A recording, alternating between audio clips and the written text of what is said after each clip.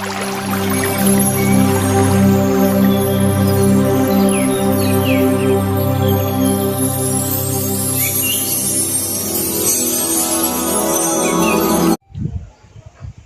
viewers, welcome back to my channel. PK POTHAMINASI KHANGMINASI channel sina ngasi su dom taram nok cheri amadi kokno kurum jeri anoba jumalo lamjing ki tangka ama miam da kudol tamjage ngasi ki tangka asi nifu suba tangka oigadari bani tangka se da samjari ba topic na luhongbagi afaba numit amadi pungfam haibisi ki matang da kudol tamjage topic asi thamdringai mangoina na miam da karikumba wafam ama miam thamjage tongan ba ina jumalo lamjing ki episode kya ama tamjakiba matamda kogi magi mioibagi wakhalon habduni adumak koi matam amagi chanadraba wakhalon chingdo hojipu pusununa lei habna jingba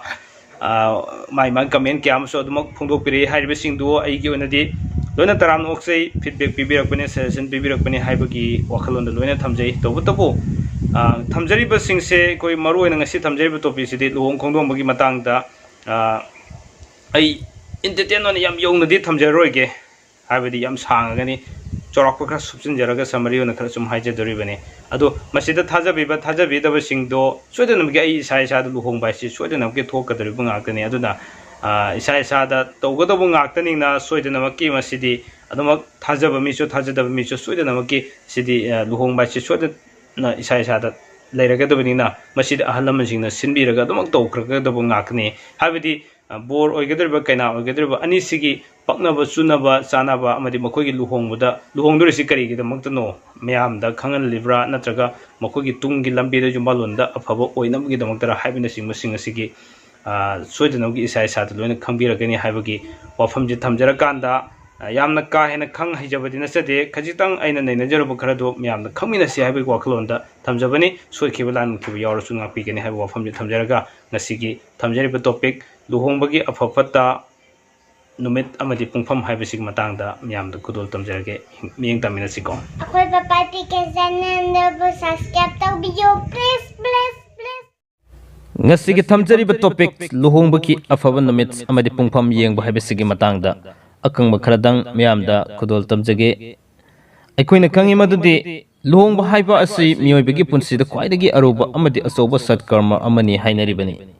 maram aduna justice sastra niyom gi habedi statna kanglon gi matung inna nipa nupi habedi bor kaina oigadriba ani gi tungi yumbal punsida afaba jokatpa punsi nungsangba pukning wakhal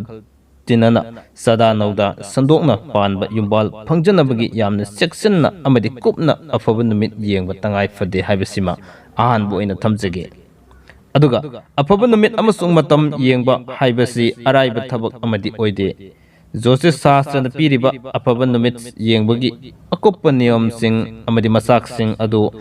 amamam toina makhada kharadang thamjarake ahanbada koina afaba numit asi luhongbagi oina ningthokaba yumsagesa sagolsel irai haiba numit sing asida luhongba yamna phai haiduna justice sastra singna akang ai sing kayamana mamangai dagi hawanna adumak piduna lai hariba matam sing asida haibadi ningthokaba yumsagesa sagolsel irai hariba matam sing asida luhongba targadi kanya adu yamna laibak fabi oi haiduna asumna thambirami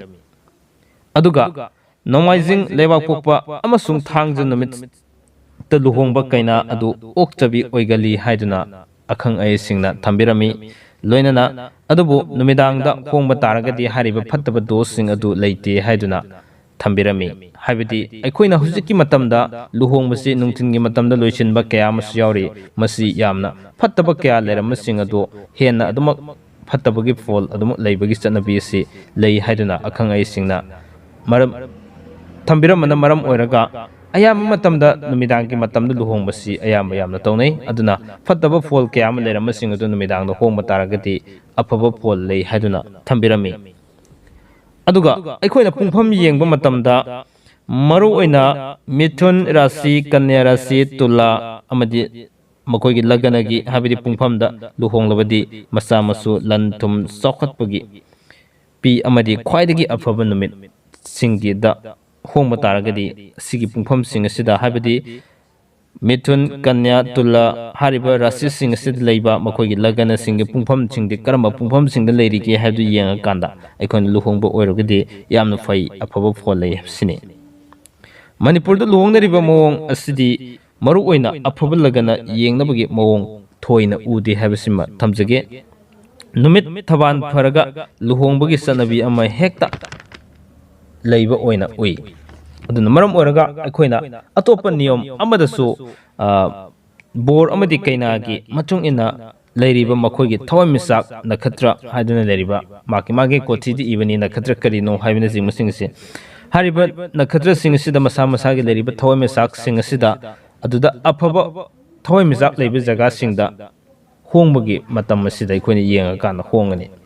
Ayama matamda akoina numit amadi pungfam sing asi luhongba taragasu fattaba thabal sing sicho akoina yengdaba yade habisima thamjage amadi karam tha singda maki mapok numit ki matung ina makoini gi mapok numit ki matung ina karam tha singna hongmana hena phai amadi tungi punsida hena karamba afabu oigini habisi akoina tangai padana yengdaba yade habisima thamjage aduna maram oiraga Luhongbagi Numit Yengbada, Bor Amadi Kaina, Anigira Sidigi Yengbada, Tagi Afaba Mahi, Labor, Numita Quaitigi Afaba Numit Oina, Lauraga Equina, Luhongbagi Matam Sisu, Lebi Hai. Aduna Maram Oraga, Haribam Matam Sing said Luhongba, Adumak Borkana, Anigitungi Punsida Jumalon Punsida Afabungato Oigani. Aduga Miam the Kambigadava Amana, Equina Tasigi Numita, Tasi Numit Luhongbasi, Yam Punsi Tengali, Hibasima. Akang ay sing na tambirami loinana thangju numita luhongma taragadi kaina adugi masani pa da phattaba phol leibagi kayamaso dumak tambirami aduna maram oraga aikoina mapung oina yengba yarisi makhatana phattaba matamda aikoina luhongkhiba taragadi masi ayambana aikoina kaina adu lukhra oiganba Amadi amang ata kya mathokpa maru oina luhongmada khoina tangai phathana khangdaba yadrisi magi jatra gi pungfam haibasidene pungfam yengadrisi pungfam asida aikoina afaba pungfam yenga kana pungfam du chapchane koina luhongbagi jatra hulobu taragadi madugi afaba fol kya amalei masina maram oraga mapung oina aikoina luhongba khaknatana aikoina phattaba matamda jatra hunkipa taragadi Jatra hun masi makhan yamkhre ekona maroina luhongmada aina haijirisi luhongmada jatra pubagi jatra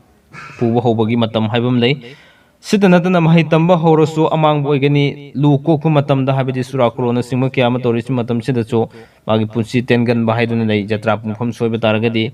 then aduga atopa ekona haibi yarisi yum sangabadasu yum mangi haiba adi yumsi amang ata thokpa siguma phattaba kaya ma lei maruna